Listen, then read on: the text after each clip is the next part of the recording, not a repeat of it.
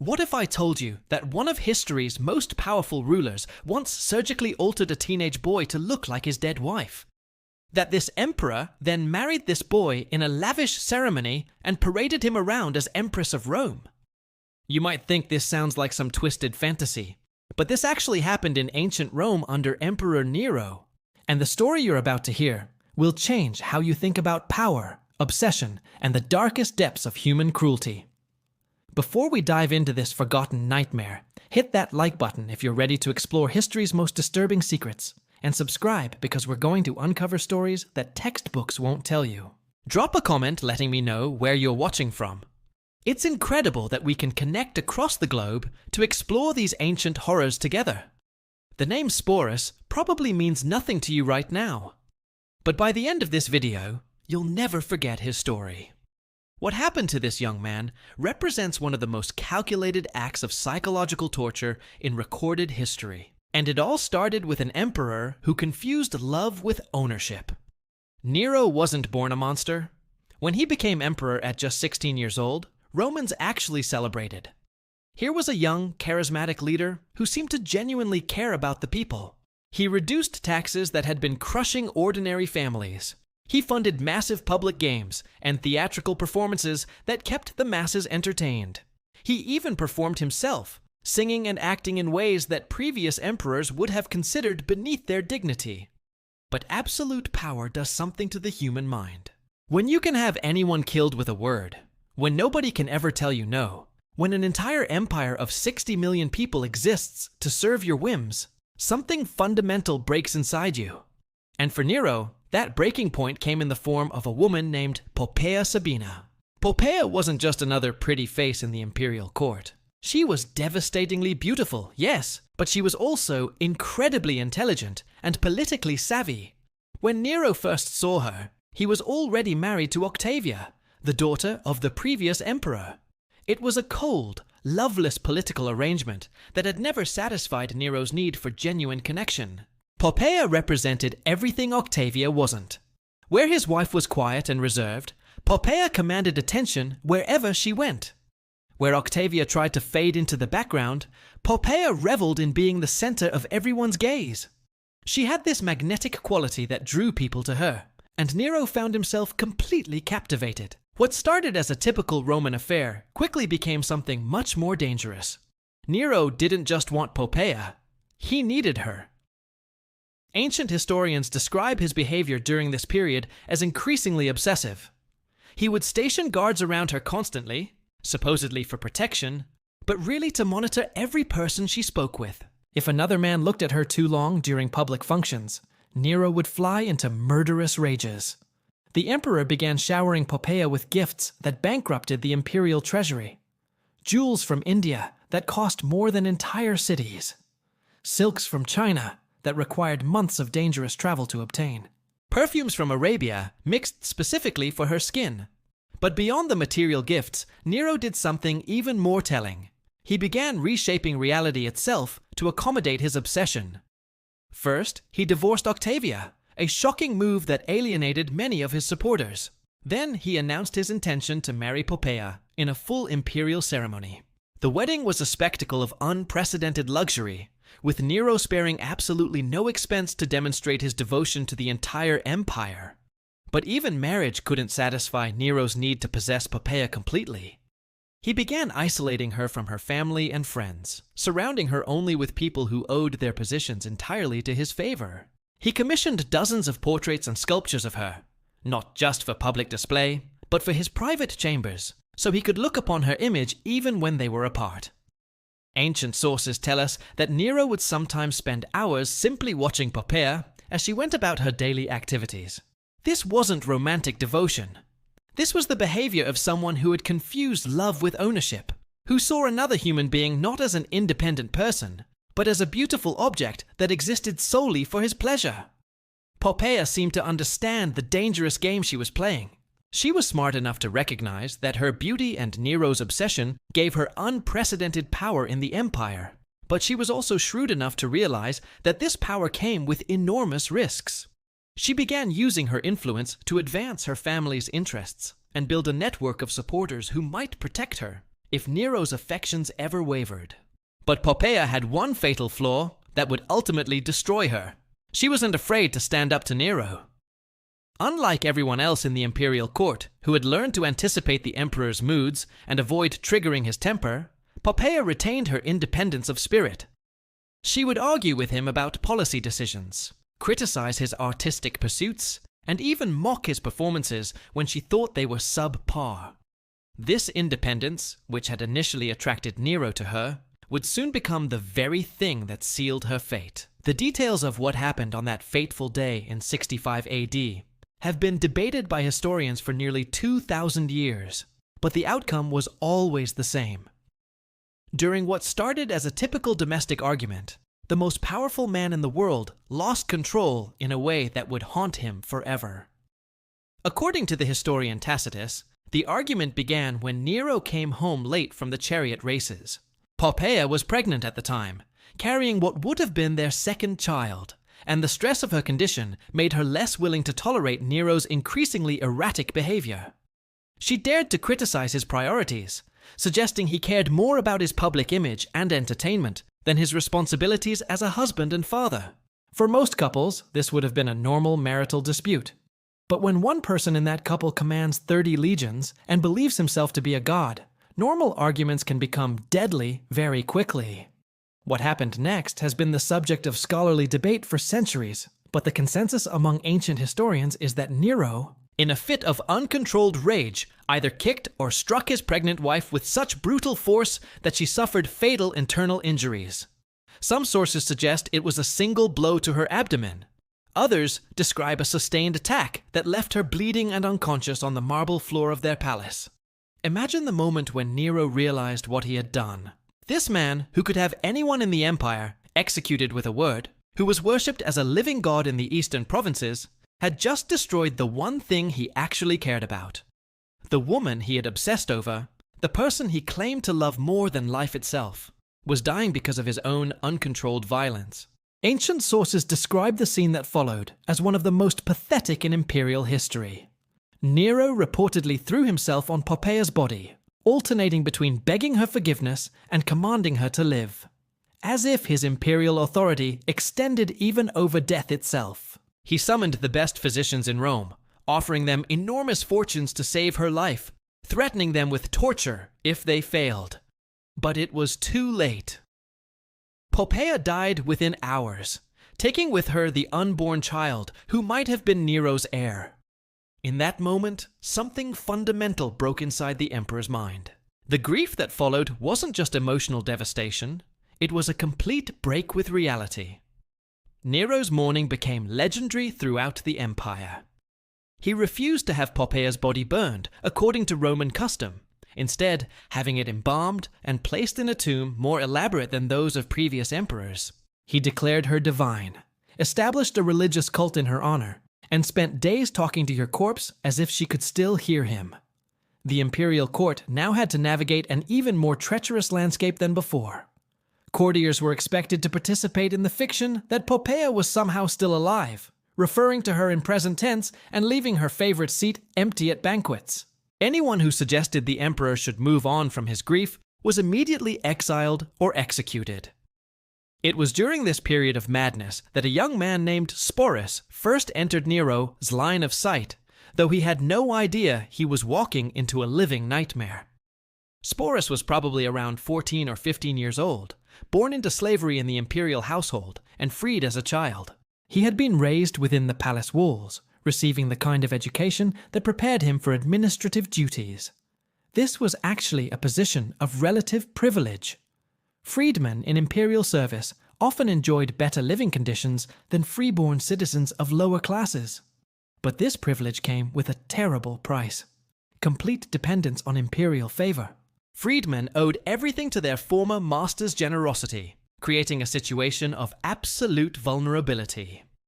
They could be elevated to great influence one day and discarded, punished, or killed the next, with no legal recourse whatsoever. What made Sporus special in Nero's eyes wasn't his intelligence or his skills. It was his face. Multiple ancient sources agree that the young man bore an uncanny resemblance to the dead Poppaea, particularly around the eyes and delicate bone structure. In a world where Romans believed physical resemblance indicated deeper spiritual connections, this similarity would have seemed almost supernatural. The first time Nero saw Sporus after Poppeia's death, something clicked in the emperor's broken mind. Here was a chance to undo the irreversible, to bring back what he had destroyed. The resemblance was so striking that for a moment, Nero may have actually believed he was seeing Poppeia's spirit returned in a new form. Of course, there was one obvious problem.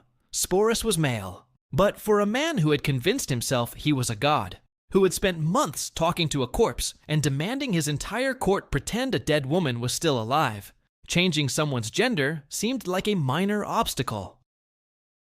What happened next represents one of the most calculated acts of cruelty in human history. Nero didn't just decide to force Sporus to dress as a woman, he decided to make the transformation permanent. The emperor summoned the best physicians in Rome and ordered them to perform surgery on the young man purely to make him appear more feminine. This wasn't just mutilation.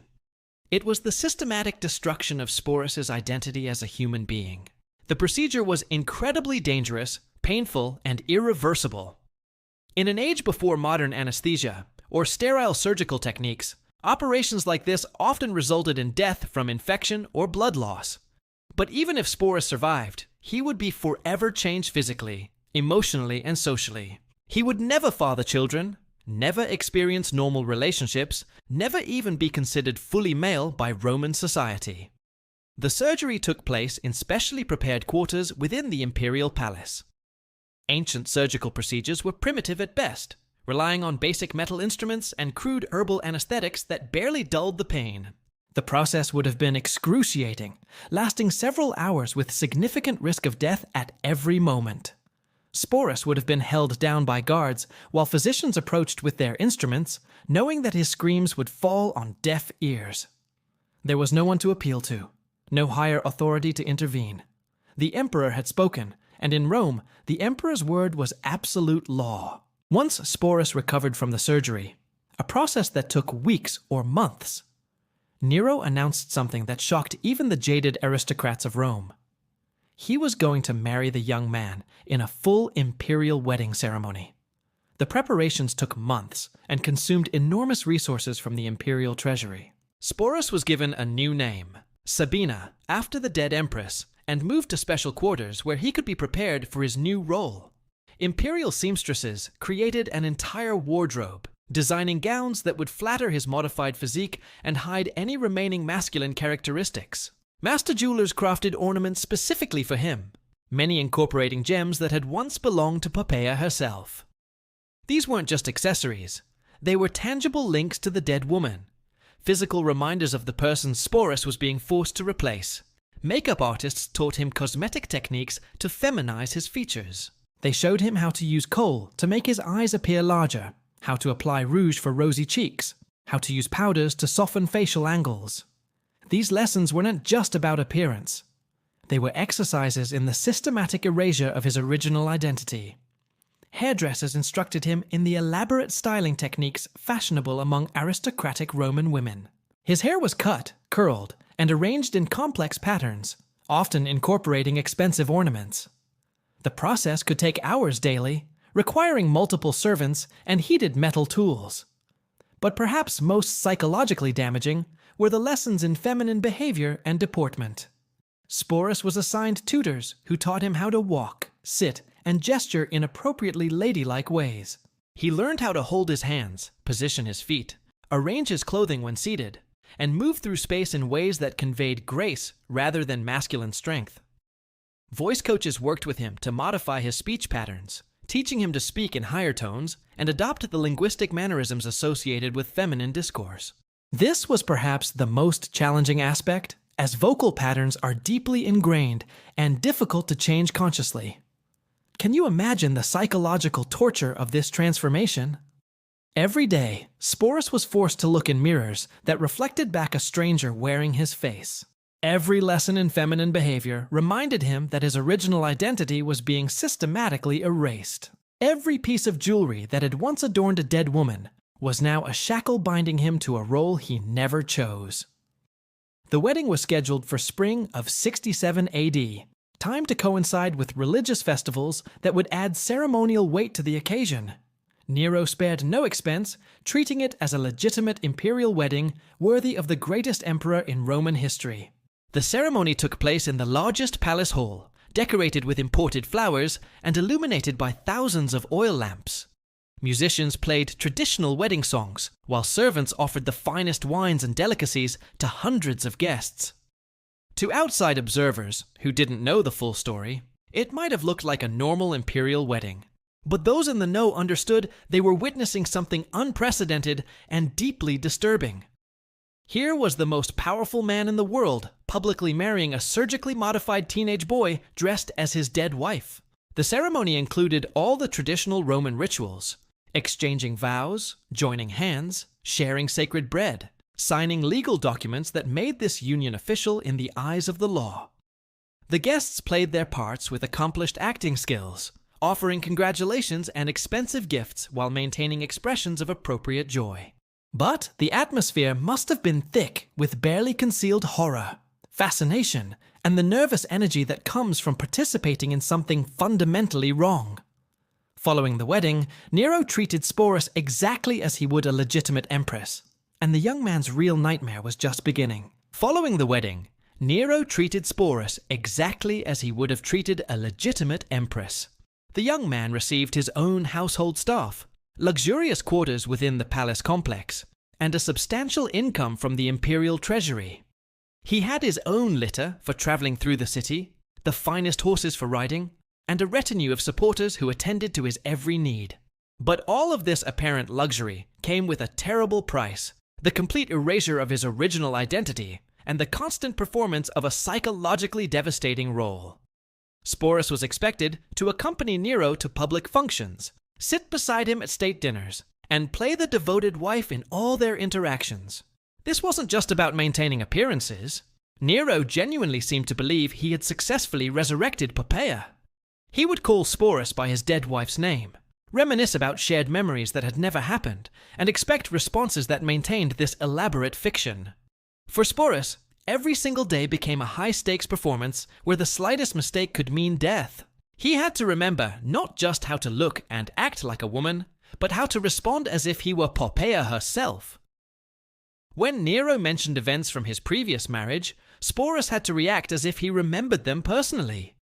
Ancient sources describe Sporus as becoming increasingly skilled at this deception, developing an almost supernatural ability to anticipate Nero's moods and respond appropriately. But they also note that he grew more withdrawn and melancholic as time passed, though he continued playing his assigned role perfectly in public. The psychological strain is almost impossible to imagine. Every morning, Sporus woke up in rooms decorated to remind him of a dead woman he had never met. Every reflection in every mirror bore no resemblance to his original appearance. Every conversation required pretending to be someone else, having memories and experiences that weren't his own. For over 2 years, Sporus lived this bizarre existence. But his ordeal reached new heights when Nero decided to tour Greece. The emperor fancied himself an artist and was eager to compete in Greek festivals where he believed his talents would be properly appreciated. Naturally, Sporus accompanied him, displayed to foreign dignitaries as the Empress of Rome. Imagine Greek aristocrats trying to make sense of their Roman conqueror, traveling with a teenage boy dressed as a woman, demanding that everyone treat this obvious fiction as reality. But by 68 AD, Nero's excesses had finally pushed the Roman establishment too far. Rebellions broke out across the empire, led by governors who were tired of the emperor's erratic behavior and complete neglect of actual governance. The Praetorian Guard declared their opposition to Nero's continued rule, and the Senate officially condemned him as an enemy of the state. When Nero finally fled Rome with a small group of loyal supporters, Sporus was among them. Even facing death, the emperor couldn't leave behind his living reminder of Poppaea. They holed up in a villa outside the city, waiting for either rescue or capture, while Nero alternated between grandiose escape plans and theatrical preparations for suicide. When word came that his enemies were closing in, Nero finally chose death over capture. But his suicide left Sporus in an incredibly vulnerable position as one of the most visible symbols of Nero's reign. He was both a valuable prize and a dangerous liability for whoever claimed power next. What followed was perhaps even more tragic than what had come before. Sporus became a political pawn, passed from one powerful man to another like valuable property. First, he was claimed by Nymphidius Sabinus, then by Otho, then by Vitellius, each treating him much as Nero had, keeping him dressed as a woman and calling him by Poppeia's name. It was under Vitellius that Sporus's nightmare reached its ultimate conclusion. The new emperor decided to use him for public entertainment in the Colosseum, specifically in a reenactment of mythological scenes involving violence and sexual humiliation. For Sporus, this represented the ultimate degradation, being sexually humiliated in front of thousands of spectators for their amusement. Rather than submit to this final humiliation, Sporus made the only choice that was truly his own in years. He took his own life, probably by poison, sometime in 69 AD. He was probably no more than 20 years old. In death, Sporus finally escaped the grotesque theater that had consumed his entire adult life. His story became a cautionary tale about the dangers of absolute power and the human cost of imperial excess. What makes Sporus' story so haunting isn't just the abuse he endured, but how he was systematically stripped of his identity and agency. From the moment Nero decided he resembled Poppaea, Sporus ceased to exist as an individual and became instead a canvas for the emperor's twisted fantasies. The fact that Sporus chose death over further humiliation suggests that somewhere beneath the layers of forced femininity and imperial conditioning, some spark of his original self had survived. His suicide was both a tragedy and a final act of defiance, a refusal to be degraded further, even at the cost of his life. Perhaps most tragically, we know almost nothing about who Sporus was before his transformation. What were his hopes and dreams? What did he want to do with his life? All of that was erased when he became Nero's living doll. The boy who was forced to become an empress deserves to be remembered not just as a curiosity from ancient Rome, but as a testament to both human cruelty and human resilience. In choosing his own death, Sporus reclaimed the one thing that had been denied him throughout his adult life, the power to make his own choice about his fate. His story reminds us that behind every historical narrative of imperial grandeur, there are individual human stories of suffering and survival that deserve our attention and compassion, even across the vast gulf of 2,000 years.